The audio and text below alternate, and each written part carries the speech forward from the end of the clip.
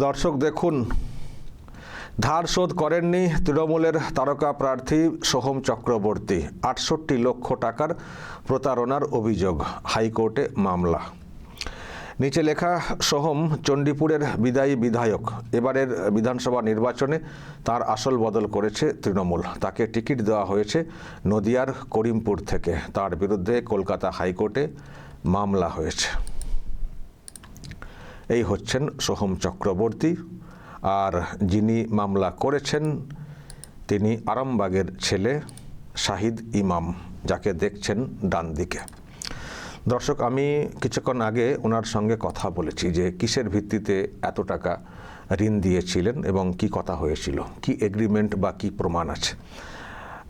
দর্শক শুনুন আমার সঙ্গে কি কথা হয়েছে, তারপর ব্যাখ্যাতে আসছি। আমার সঙ্গে এই মুহূর্তে রয়েছেন শেখ শাহিদ ইমাম।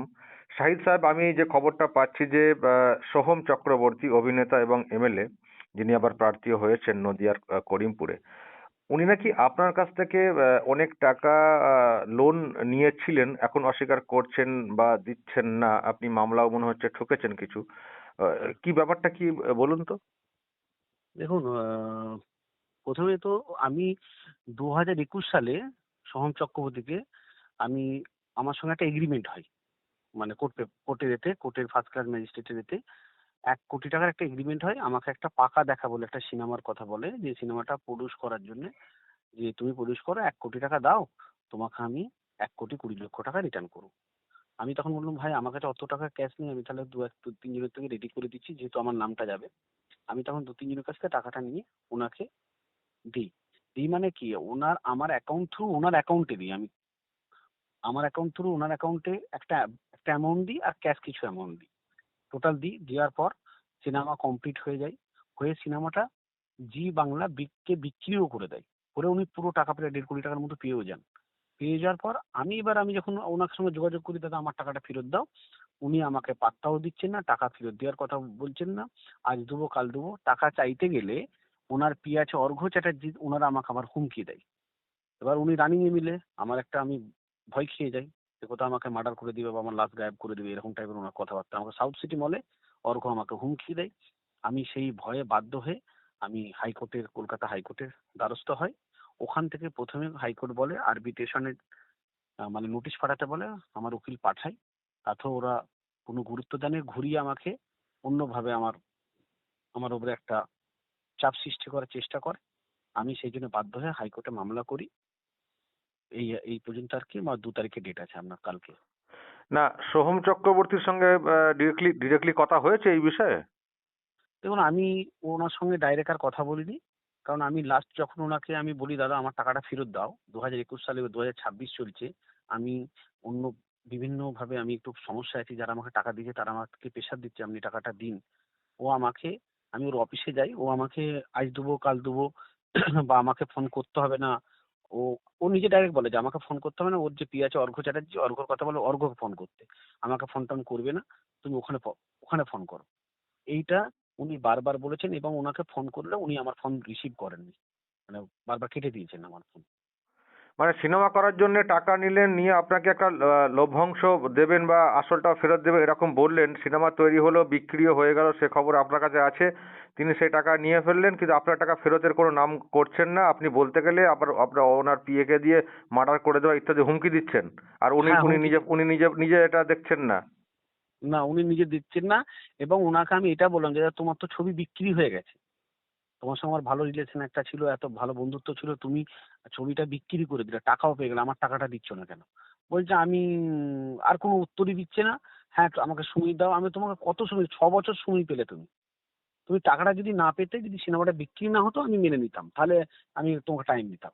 কিন্তু তুমি টাকা পেয়ে গেছো, যাদের টাকা তারা আমার উপরে প্রেশার দিচ্ছে, আমি আমি কি করবো? এবং ঘুরিয়ে উনাকে আমি বলছি বলে উনি আবার বাইরে সবার কাছে বলছে আমি নাকি ওনাকে রাজনৈতিক ষড়যন্ত্র করে ওনাকে রাজনীতি স্বীকার করছি, উনি মানে এমএলএ বলে। কালিমা লিপ্ত করছেন, এটা বলার চেষ্টা হচ্ছে। হ্যাঁ, উনাকে আমার আমার একটা, আপনাদের মাধ্যমে ওনাকে আমার একটা কোশ্চেন আছে, উনি কবে তৃণমূল করলেন? উনি তো এসছেন এই কটা দিন আগে তৃণমূল। আর আমরা তৃণমূলের কি, আমরা গ্রাউন্ড লেভেল থেকে তৃণমূল করে আসছি, পার্টি করে আসছি। আমার বাবা তৃণমূলের 2বারের ক্যান্ডিডেট বিধানসভার। আমি তৃণমূলের যুবর ভাইস প্রেসিডেন্ট। হুগলি জেলার। আমি আরামবাগ লোকসভার যুব ভাইস প্রেসিডেন্ট তৃণমূলের। দিদিকে বলো কর্মসূচি থেকে শুরু করে সব আমার করা। আপনারা আরামবাগে খবর নিন, হুগলি জেলাতে খবর নিন, আমি তৃণমূলের কে।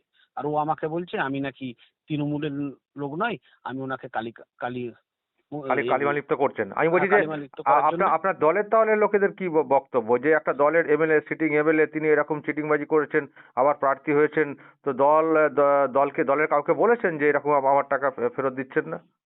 দেখুন, আমি দলের কাউকে বলিনি। আমি আমি দেখলাম যে সহমদা যা পজিশনে আছে, ও আমাকে আমার কথা পৌঁছাতে দিবেন না, ও তার আগেই ওটা কেটে দিবে বা ও মিথ্যে করে অন্য কিছু খাড়া করে দেবে। ওই জন্য Okay. আমি দেখলাম সব থেকে আইনের ঊর্ধ্বে তো কেউ নয়, সে সহম নয়, আমিও নয়, কেউ নয়। আমি ওই জন্য আইনের দ্বারস্থ হয়েছি। এটাই। তো উনি ভোটে দাঁড়িয়েছেন, এরকম যদি ওনার সম্পর্কে খবর আসে, মানে মানুষের মধ্যে তো একটা প্রশ্ন তৈরি হবে, এবং জানি না কি করবেন যেখানে উনি প্রার্থী হয়েছেন, সম্ভবত সেটা করিমপুর। আমি করিমপুর, হ্যাঁ, নদীয়ার করিমপুর আমিও দেখলাম। তবে ওর মতো লোককে কি করে প্রার্থী এইসব লোক হয়, আমি তো তাই ভাবি। এরা সাধারণ মানুষকে এইসব লোক কি করবে? এদের মেন বক্তব্য হচ্ছে সাধারণ মানুষ তো একটা সেবা পাওয়ার জন্য, তাই একটা এমএলএ কে একটা জনপ্রতিনিধি হয় সেই জন্যই তো। এরা যদি আমাদের মতো লোকেদিকে এরকম আমাদেরকে ঘুরো, এরা সাধারণ মানুষকে কি আপনার উপকৃত হবে এইসব এমএলএ এর কাছ থেকে? মানে এই যে প্রথমে তো নোটিশ করেছিলেন, বললেন যে টাকা ফেরত দেবেন, মানে কোনো সাড়াই দেননি, সেজন্য আবার সারা আপনি। হ্যাঁ, হ্যাঁ, সারাই দেন না। ঘুরিয়ে আমাকে সাউথ সিটি মলে আমি গেছি, হ্যাঁ, ওর মানে পিএর সঙ্গে আমার দেখা যাচ্ছে, ঘুরিয়েছে আমাকে হুমকি দিবে। বলছে হ্যাঁ তুমি যা ইচ্ছা করে নাও, কি করতে পারো দেখে নেবো। আমার মতো লোক একটা, আপনাকে বলি, আমাদের মতো লোককে যদি হুমকি দেয়, ও সাধারণ মানুষকে কি হুমকি দিবে? ওর সম্বন্ধে এমনি ওর ব্যাকগ্রাউন্ড খারাপ। নাহলে আমি একবার দেখেছি ও একটা হোটেলে কোন লোকের সঙ্গে মারাপিট, এইসব এদের তো কালচার। এরা না উনি পুরো একদম যেখানে এইসব। এমএলএ আছেন এখনো, মানে পূর্ব মেদিনীপুর, সেখানকারও তো অনেক সব খবর টবর পেয়েছিলাম, কিন্তু এইরকম যে এত কোটি টাকার প্রতারণা যেটা বলার চেষ্টা করছেন আপনি, দেখা যাক। হাইকোর্টে তো কবে আছে আবার হিয়ারিং? মামলা কালকে আছে। আবার কালকে হাইকোর্টে select করেছে। কি তলব করা হয়েছে নাকি? হ্যাঁ, কালকে ওনাকে তলব করেছে, বা ওনার কোনো প্রতিনিধিকে হাইকোর্টে কালকে মজুদ থাকতে বলেছে জাজ।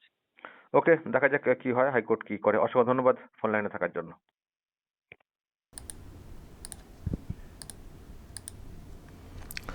দর্শক শুনলেন শেখ শাহিদ ইমামের সঙ্গে আমার কথা হলো, আরামবাগের ছেলে। বলছিলাম ওই যে ডান দিকে সাদা জামা পরে যিনি আছেন। তো এই হচ্ছে বিষয়। টিএমসির বিদায়ী এমএলএ এবারও টিকিট পেয়েছেন নদিয়ার করিমপুর থেকে, পূর্ব মেদিনীপুর থেকে নদিয়ার করিমপুরে ঠেলে দিয়েছে দল। তো সোহম চক্রবর্তী সেই চেটে চেটে খাওয়াটা মনে আছে তো, হরলিক্স চেটে চেটে খান। তারপর তো টিএমসির সঙ্গে তো এখন বেশ চেটেপুটেই চলছে। আবার দেখছি যে টিএমসির দলের লোকের থেকেই আবার চেটেপুটে নিয়েছেন বলতে মানে ফেরত দিচ্ছেন না। কোটি টাকার চুক্তি এগ্রিমেন্ট সিনেমা করার নাম করে তার লভ্যাংশ দেওয়ার কথা, এখন নাকি পাত্তাই দিচ্ছেন না। পিএকে ঠেলে দিচ্ছেন, পিএকে বলা হলে তিনি নাকি আবার মার্ডার মেরে ফেলার এরকম কী সব থ্রেট নাকি দিচ্ছেন। তো সেই জন্যে উনি এখন আদালতে দ্বারস্থ হয়েছেন, আদালতে এখন মামলা চলছে। এই হচ্ছে দল টিএমসি। আবার তারা বড় বড় কথা বলে, আবার ভোটে লড়ে ক্ষমতায় আসার জন্যে মানুষের কাছে কত কি বলে বেড়াচ্ছে। আর নেতৃত্ব দেখছেন একেবারে কেমন করে সব চিৎকার চেঁচামেচি করছেন। আর এদিকে প্রতারণার পর প্রতারণা, কোটি টাকার যেটা এখানে বলা হচ্ছে। সব অভিনেতারা কেন এরকম করেন, একটা আলাদা ইমেজ থাকে অভিনেত্রীদের। আমরা কিন্তু এই টিএমসির আমলে বুঝলাম যে এই সব লোকেদের মানে ভিতরে কত কালো দিক আছে। আগে তো সব ভালো দিক জানতাম, বুঝতাম, এখন যে এত কালো দিক সেগুলো এই টিএমসি দলটা না এলে হয়তো অতটা বুঝতাম না। আর এর সঙ্গে থেকে বা পাল্লায় পড়ে যাই করে মানে বলি না কেন, মানে এইভাবে যেভাবে সব সামনে এসছে বিষয়গুলো সত্যি খুব অবাক করে আর কি। এই যখন সিনেমাটা হয়েছিল চেটে চেটে হরলিক্স খাওয়া, তখন ভেবেছিলাম সত্যি খুব নিষ্পাপ ছেলেটা। একটা সিনেমা হয়েছিল না ছোট বউ, সেখানে চেটে চেটে হরলিক্স খাওয়ার একটা গল্প ছিল না, একটি হরলিক্স দাও না চেটে চেটে খাবো। সেই চেটে খাওয়ার অভ্যাসটা যে এখনও রয়ে গেছে অন্য জিনিস চাটার ক্ষেত্রে, সেটা তো আমরা পরে বুঝছি। তখন ছেলেটাকে খুব নিষ্পাপ মনে হয়েছিল। এখন যেসব খবর শুনছি, এবং একটা হোটেলের ঘটনা যেটা শাহিদ ইমাম বলছিলেন, হ্যাঁ কলকাতার একটি হোটেলে সেই মারধরের একটা ঘটনা ঘটেছিল, খুব চব্য তৈরি হয়েছিল। তারপর যেটা বলছিলাম পূর্ব মেদিনীপুর এলাকাতেও যেখানে অহংকার এমএলএ, সেখানে সব কী সব খবর টবর এসছিল। তো ফলে এই রকম বিষয়টা হয়ে গেছে।